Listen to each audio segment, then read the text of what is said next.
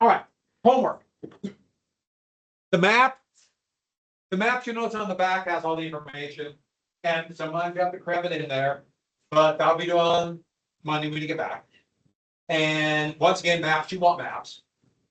Maps are, especially if you want a few extra points, maps are the way to get a few extra points, but I think maps are important anyways. And secondly, the chart. And that will be due on Tuesday. So if you have any questions, I'll answer it Monday afternoon. And you'll notice there are asterisks on them. Everyone see the asterisks? The asterisks, if you answer the ones with asterisks, you'll get 85% for sure, or that'll be a high. Then you kind of fill out the rest. You get an A. Yes.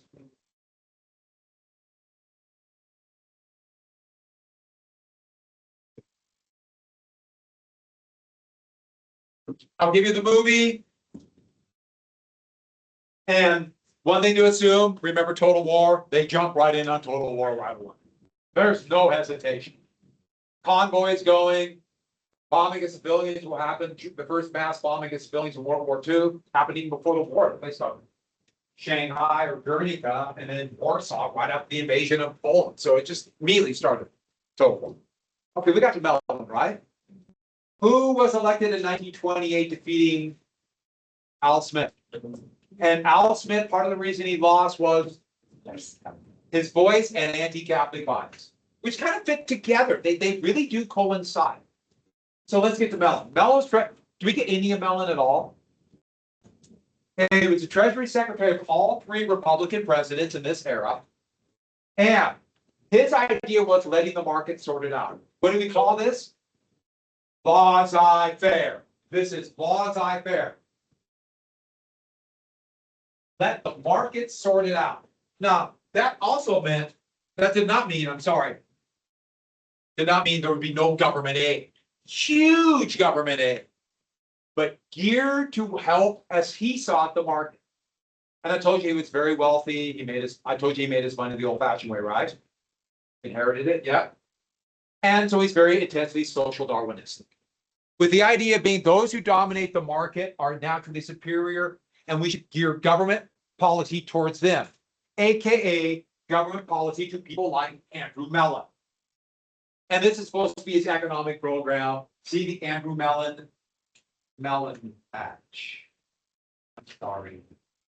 Don't blame me, but all the people will get a piece of the melon, aka wealth. And so what did that mean? Funnel money to the wealthy.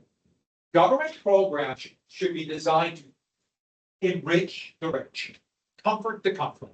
Why? Because they know how to make money. They are on top for a reason.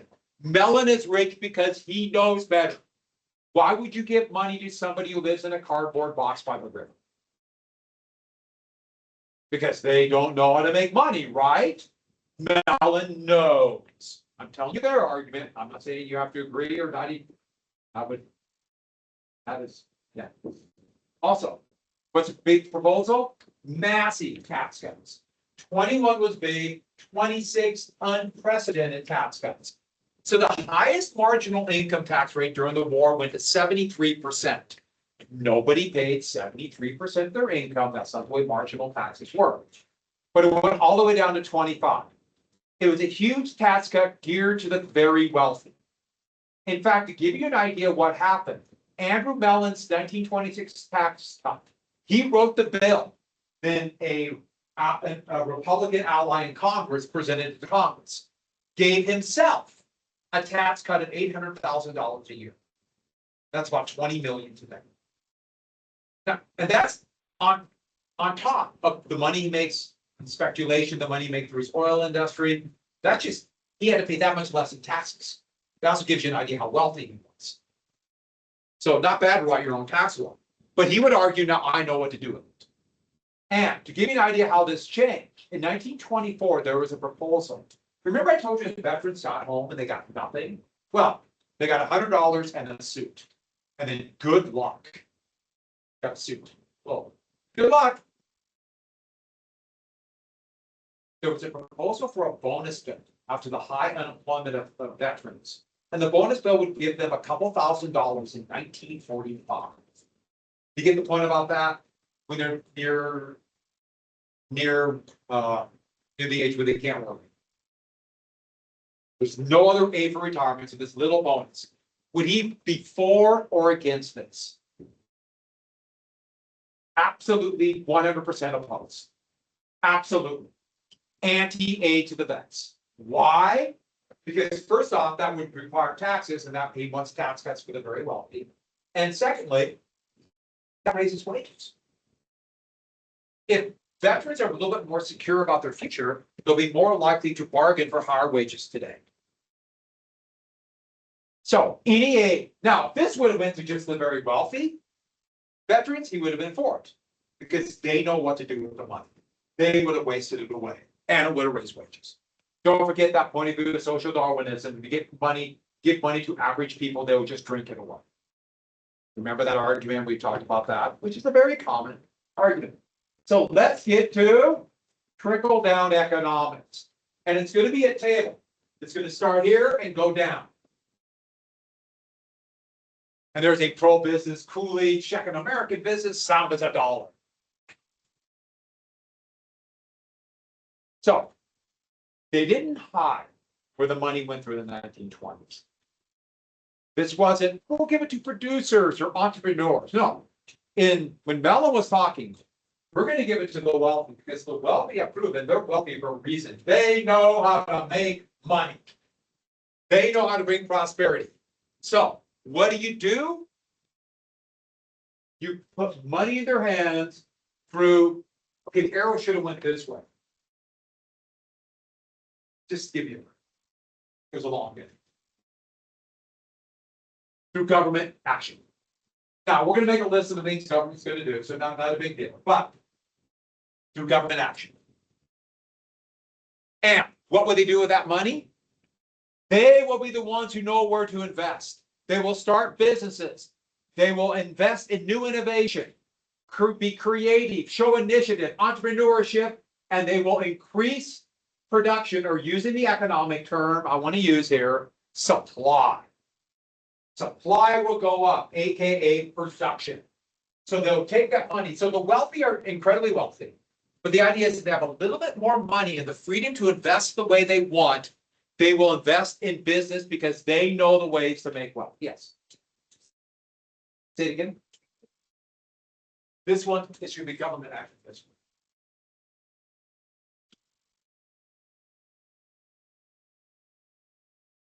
And therefore, once you start producing goods, won't they have to hire workers? You see how the trickle down works? This is why it's going to be called trickle down economics. All of a sudden now you have more workers with money in their pocket. And what are they going to want to do with that money? Buy stuff, aka demand goes up. They will buy stuff. And if they buy stuff, where are they buying from? Here's the engine of trickle down economics. The money goes back and what does that mean? More production, more employment, more demand. So you have to assume that they'll always produce right, or even they make mistakes would be relatively minor. In the aggregate, in total, they will make the best decisions. And it's a social Darwinistic argument. They know best. They know best. People like Mellon. Now we're going to list some stuff that government action because that's going to show you what a big deal this was and still is. But last two things, on this part, trickle down economics will get bad connotation because of the Great Depression.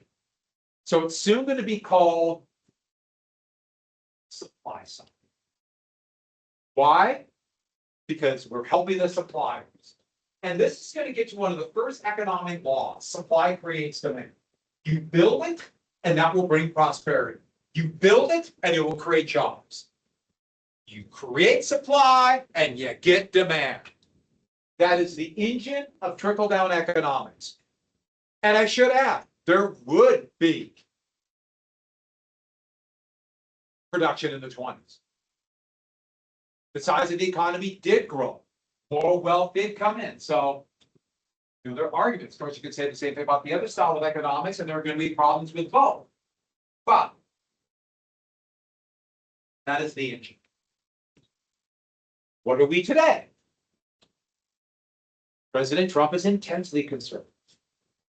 He believes in this 100%. And for example, the One Big Beautiful Bill Act, that's what it was called, that was passed last summer, gave massive, unprecedented tax cuts to the very wealthy. And in fact, if you combine with the tariff, most people actually pay more taxes, meaning probably your parents, well, certainly me, paid more in taxes. Why? That's the argument. Put more money in their hands because they're not rich enough. So, what is the government action? And one thing I have to say, it's all geared to this basic idea we got to cut wages. If we can cut wages, that is the one cost that employers can't control. We cut wages, that will lead to more production. Now, you should already see one big issue with cutting wages as being your number one goal. This is going to be an issue. And they would argue general prosperity will happen, that money will trickle down, or they would say that's pretty common. The rising tide will bring up all boats. So, if you're hoping employment and increased demand, and yet at the same time you're trying to cut wages, do you see a problem with this engine here? So there will be an issue about that. How do you keep wages down? Oh, here's the tax reduction, and the whole idea is helping regular people, even though they didn't really get any of the tax cuts. How would it help them? Trickle down. So, tax cuts. That's the first way. We already mentioned this. Regressive means the higher your income, you get bigger or lower tax cuts. Regressive, higher the income, bigger or lower tax cuts. Higher, yeah, much lower. Did I say lower? Much bigger tax cuts. Much bigger tax cuts for the wealthy with aggressive tax cuts, meaning lower tax rates.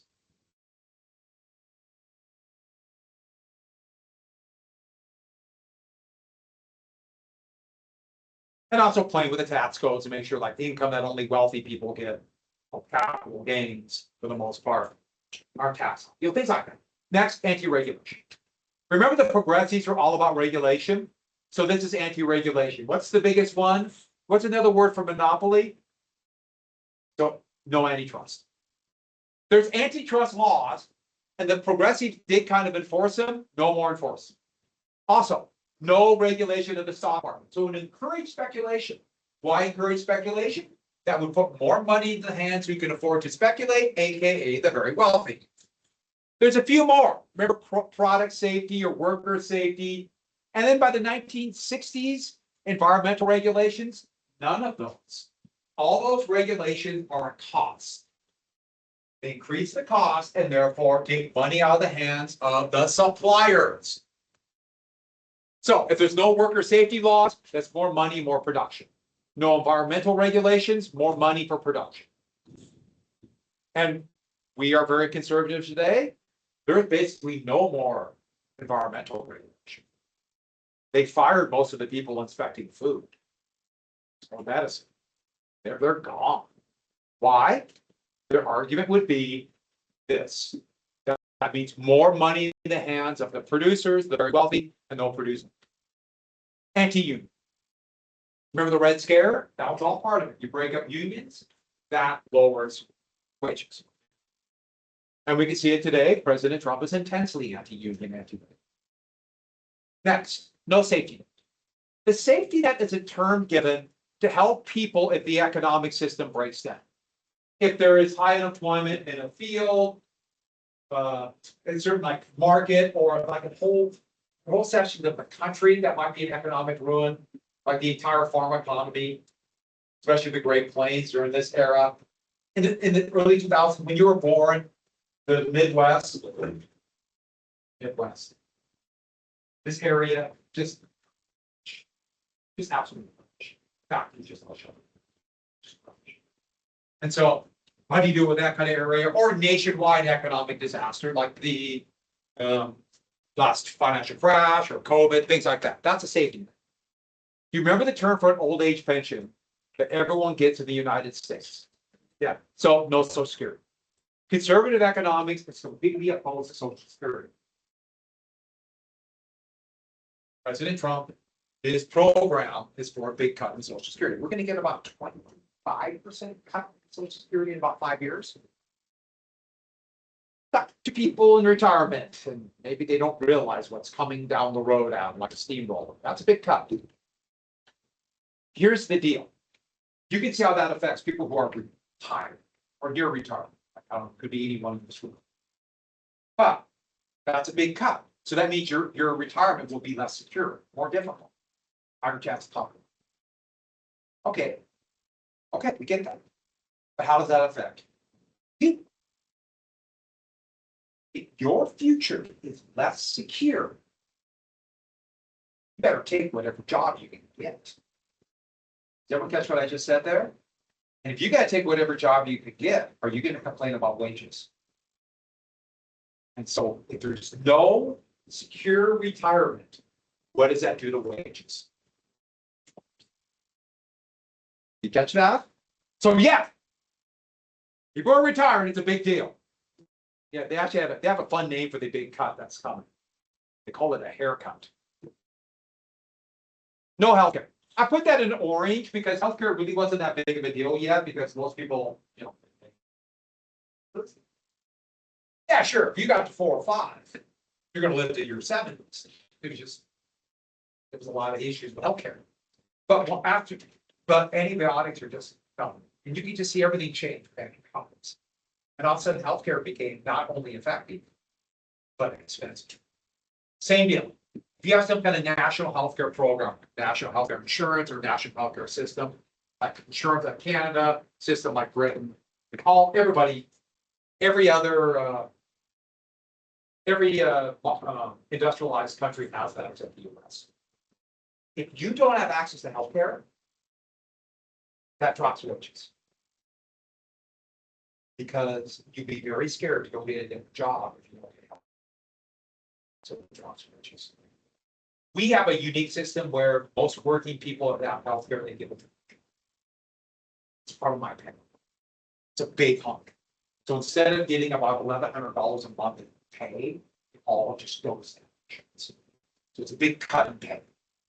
Yeah, health insurance. But if I leave my job and potentially get something else, I don't get help. It's a big deal. Next, no free college, no free education. When I mean free tuition. Why? Same deal. It cuts wages. It gives you less opportunities, but if you got to pay a lot for college, let's say, or some kind of education beyond college, how do you pay for it? Most people got to go into debt. That means you got to pay your debt down the road. That means you need a job today to pay your college debt.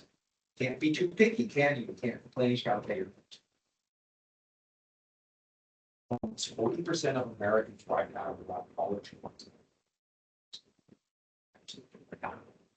So that's a big deal. That cuts wages. Hey, if you come out of college with no debt, you have a lot more opportunity than somebody who does. Just telling you the way life is. So all those things cut wages. So all these things, if you are a conservative, people misuse the terms all the time. You say, yeah, it might be a short-term problem for a lot of people, but it will increase prosperity down the road. Or maybe I'll be rich and it'll help me. Next, yeah, that's an issue. No help for the poor. No aid for the poor. Anything that will help people who are working class but not making enough. Sometimes it'd be called welfare, but welfare is just direct government aid. This is kind of welfare. Trickle-down economics is welfare for rich people, so it's a different kind of welfare. It helps. If impoverished people have security, that gives working people an incentive to ask for higher wages. Because they know if I lose my job because I demand higher wages, I won't starve to death. I might starve to death if I lose my job. I'm taking whatever job I can get. That cuts wages. And no unemployment insurance. Unemployment insurance started in Europe, started in Germany, and then went to Britain, basically saying it's money for if you're laid off. A little bit of money to keep, a little bit of money. A little bit of money to help people that are laid off. All of these are big deals. These are all big. So if you look at the current administration right now in Montana or the national government, that's what they do. That's conservative economics. And people talk about a lot of things when it comes to politics. This is what really matters. And you can agree or disagree. I want you to make an informed decision. But one thing that's very important to understand about this, desperate workers in any way lowers wages. The more desperate people are, the lower wages. Why is this a good thing for the economy? They would argue that's more money in the hands of the supporters. So that is a big deal. That is conservative economics. So we can see this in every wave of conservatism, whether or not it's in Montana at the state level or even at the national level, which is much bigger. That's not laissez-faire, except for this one thing. Remember right here, it's laissez-faire. They can do with it as they please here, but not government interaction, but do what you want. Do what you want. So let's review. This is all trickle-down economics. Never got this, right? And I told you, the economy did grow. And there was a feeling of prosperity and wealth. And some people did get super fortunes. But what is the big problem? The first one, do you remember the boom bust cycle? And by the way, demand side economics, which will be liberal, has big problems too. So nothing is perfect. But the big thing is we know what the problem is. Remember the boom bust cycle? We have boom, and it starts going down to the bust. What is the first thing that happened? Remember? Overproduction. If we're trying to help the producers, one overproduction hit. Add overproduction. Overproduction hits every time. Overproduction. It's a real problem.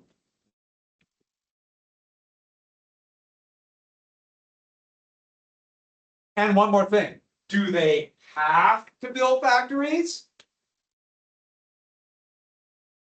Can they build gold-gilded toilet seats? Or build rockets and fly up into space? Or have billion-dollar weddings? Or what? We keep going on about this. Do they have to? No, they can spend anything they want. But what's the big thing they're going to do? Do you remember the margin rules? How much you have to put down for margin? How much? 10%. Remember Andrew Mellon got $800,000? He didn't start a factory. What did he do with it? He bought how much stock?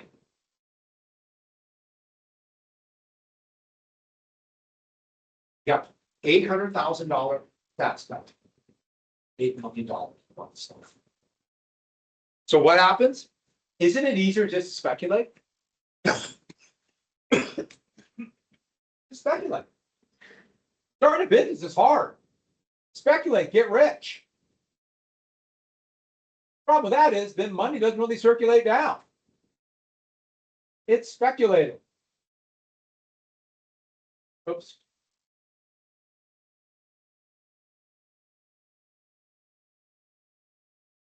So, what happened?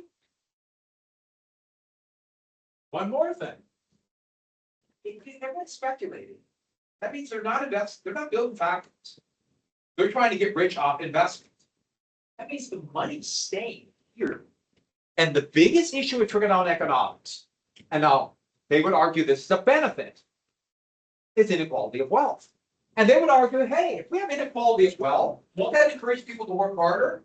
So someday they can get the wealth, which, yes, that does happen. That is a real issue. How effective that is to motivate people in the economy, that's a different argument. But this will encourage monopolies. Monopolies focus wealth. By 1929, 200 corporations had half of all business production in the United States. So money's being focused to the very narrow top. This is the level of mergers going up. We have an increase in mergers right now. We just don't have as many companies. It's even more focused today. There's also a bull market, which fuels even more speculation. The bull market means the stock market's going up. Do you remember what's the animal for a sinking market? Bear market. Hey, what are we today again? Chuck. It was really bad this morning. It's bad, but not horrible today.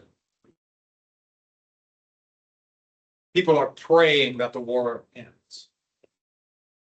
People are trying to make money. Praying. Next, by 1929, it is estimated that over 51% of all the wealth was in the hands of the ones. And the big thing about that one is, okay, yeah, 51% money is flowing to the top. But then who's going to buy the goods in the consumer economy? Who's going to buy the stuff? So trickle-down economics worked really well. Money flowed to the top. But did that bring the broad-based prosperity? That is a different argument, and we'll see. But one thing that's very important to understand, 51% of the wealth in the top 1%, which is this chart right here, and this one goes to 2012, 51% of all the wealth. That's policy. That was a decision made by Congress and regulatory bodies and the president by law. It wasn't that the sun came up and this happened. This was a decision made. Now, this is by 2012. It's about 41% in the top 1%.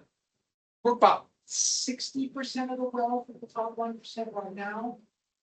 But it's really variable. I mean, just a couple bad days in the stock market and that go down to 50%. With so much money is wrapped up in speculation. Because people have so much money they can speculate.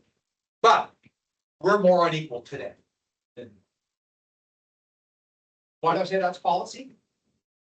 Look at the graph. This is 51% for the top 1%. This is 0.1, 0.0. About 13%. 0.001. You notice how it goes down to the top 1%? Why? Government policy.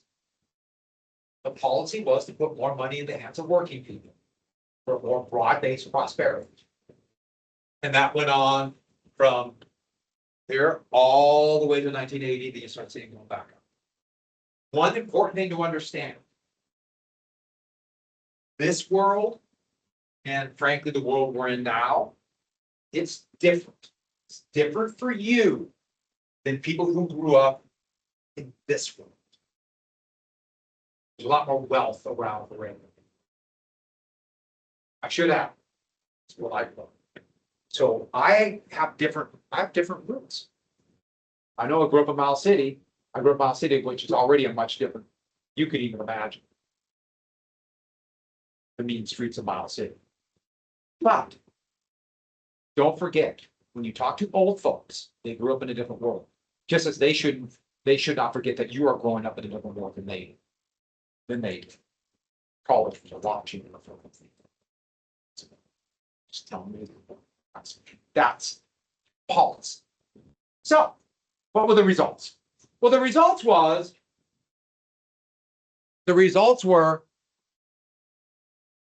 a booming economy. But the booming economy also had a bubble growing. There's a bubble. And the bubble got bigger and bigger. And everyone thought the bubble wouldn't burst. But they always burst. There was overproduction, as seen by the fact that by 1929, there were selling way too many cars. Heck, in 1931, Henry Ford shut his entire factory down. Nobody was buying cars. Oh, they could produce cars, so many cars.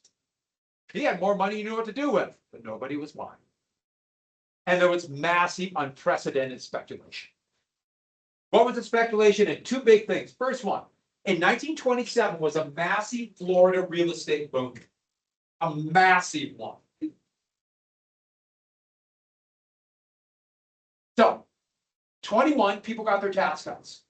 And many of the very wealthy, the financiers, the big money, live in New York City. New York City is really cold in the winter. Florida is warm, but the problem with Florida is, well, twofold. What's number one? It's really hot, air conditioning. Number two, swamps. But people say, oh, they're draining the swamps. Now with real estate, you go move south. And that would trigger the first boom, and then 26 exploded, that text. People started buying land in Florida as fast as they could buy it. As fast as they could buy land. Here's the problem with buying land in Florida. What land are you buying? People started buying land sight unseen, and they started buying swamp land and not realizing it. And what happened when it came out that people aren't buying this nice, dry, cleared land, which is when they bought swamps, difficult to do. They're not buying that land ready to build, they're buying swamp. The bubble burst. And that's going to trigger a stock market boom. So there was a boom, but there was also real estate and speculative boom. This reminds you a little bit of the crash that you were born into. That's the results. So it had uneven results, but every economic system does. But the problem is, it's going to go on forever. The stock market is invincible. Buy, buy, buy, buy. Everyone believes it'll go on forever. I showed you this once before. Do you notice the name of the paper? That is the satirical paper, The Onion. And this paper is there right before the great crash of the stock market. Bubbles always burst and lead to, in this case, the Great Depression. Here's one of the most famous pictures of the Depression. So this is trying to get people to say, no, the economy is not that bad. Don't lose hope, with the world's highest standard of living as people are lined up in a suit. This crash was so awful, it's hard to put into terms. So Hoover was inaugurated. There was a sense of prosperity. Well, so going into 1929, wealth, prosperity. But we now know the country was already in an economic downturn. The company was already in a recession. Why? The real estate bubble was crashing and overproduction. Here's one of the many car companies that popped up in the 1920s to take advantage of the auto boom. Has anyone ever heard of the Eagle Auto Company? They're making these cheap, low-cost cars. There's good reason you didn't hear about them. This, along with over 100 other car makers, couldn't survive the bust. The recession was already going. So the horrible financial crash that began in 2008, the country was already in recession in 2007. It's difficult to decide when a recession is. 2 straight quarters of economic growth, they normally say, is a recession. We've just had 1 quarter, I'm sorry, did I say growth? 2 straight quarters of economic decline is a recession normally. You have to combine it with high employment. It's still not really clear. Last economic quarter, we had a decline in economic growth. So we might be right on the edge of a recession now. But once again, you don't know a lot of times till you're in it. So, last couple of days, there was this stock market bubble. Why? Banks were really pushing speculation. They lost their shirts. They lost their shirts in the Florida real estate bubble. Banks loaned to people to invest in Florida. When the land values tanked, banks weren't getting their money back. So what do banks do? We got to make this money back. So they started making and encouraging more loans on margin. Banks started borrowing more money, and they even started giving higher interest rates for people to put in savings accounts. Why? Because they wanted to take the money from the savings and do what with it? And loan it out for more. So if who has savings? You've loaned money to a bank. You understand? You're loaning your money to the bank. They're going to give you a little bit of interest. They're going to send it all out. Well, they started making even riskier savings account interest because they wanted more money. I mean, it became crazy, and they could do it because there are no rules. This is the rather hacky picture of buying on margin. And this shows one thing that's kind of interesting about this. The little guy never seems to learn anything. The Florida boom got the public, and now they've been bit, but now here comes the bull market, and they're going to jump right back in again. And so debt is going to skyrocket. So you already have consumer debt. Remember we talked about installment plans yesterday. Well, now you have all these banks borrowing money, companies borrowing money, people borrowing money, and the economy is getting worse. There's already a recession. And if people aren't making as much as they thought, they're going to try to make up the difference in speculation. Hey, have you heard of cryptocurrency?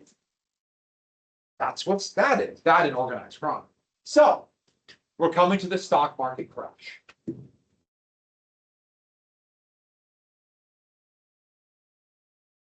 By September 1921, profits were dropping dramatically. And that really hit people. Companies have been lying for a year, saying their profits were not dropping. In fact, they were making money. There were no set federal rules on the stock market. People could lie about how much money they made. People could lie about the value of their products. People could lie about their revenues. Remember, conservative economics, no stock market. Oh, so here's the Dow Jones Industrial Average. The Dow Jones is a ratio of the value of the top 30 stocks in the stock market. It's a ratio of the value of the stock and the numbers of stocks bought and sold. It's just a ratio. So as there's more money circulation and more stocks because the economy gets bigger, this number goes up. You notice at the height during the Great Depression, it was 381. Let's look at it today with the wonders of the fingertip machine. My app. The stock market, this ratio is now at 46,204. There's just more stock and more money. All it means is, and it's declining. What are you trying? Let's go down. News is news, people. Yeah, if you didn't grab one, grab one. Tomorrow I will try not to forget, even though there's a very good chance I will. I'll try not to forget the extra credit. And I'll for sure post it all on Teams. Yeah. Good job. You too. That's it. Nice. I got that. Oh, so. Oh, can you just have a few minutes just you just think like a paragraph each document. And what you need is actually the documents really within a volume. So you want the paragraph to be an explanation. And use two documents that include your thesis. One more outside bit information, and then the last thing is kind of supplemental. Okay. So I put down that class, I did also know things that are so what I would like you to do is you can write a poem. You're going to take the open paragraph. So you're going to write me an outline, show me how to word the documents in that new format. Give me a big paragraph. That's it. You just and you have and you just did it before Okay. because you did one paragraph per document, Okay. not the documents inside of the larger body paragraph. Okay. So do that. We got it. Okay. So you get my Friday. Sound good? Thanks, yeah. Just two paragraphs in an outline. Okay. So then, right? Yep, 95. Okay. There. What does that say? More on the boat. Oh, okay. Oh, What does this say? A little. good. A little bit more about the treaty. Good. You, A and the B should be in your own topics. Oh, Your okay. own words. So I get. Yeah, you did good. Okay, good. A little bit disorganized, Yeah. but it's okay. Thank you. And you knew yourself. Oh, thank you. Melon. With melons. I like it.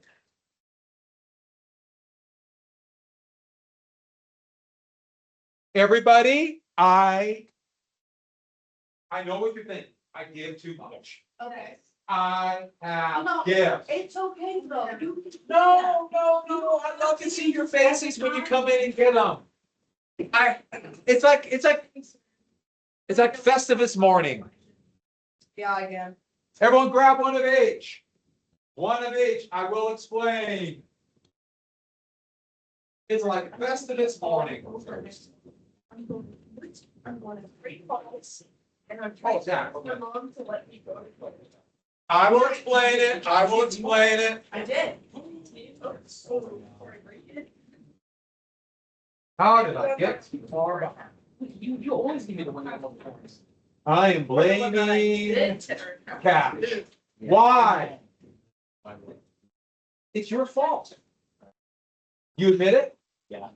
You're gonna go so far in life, just take the blame,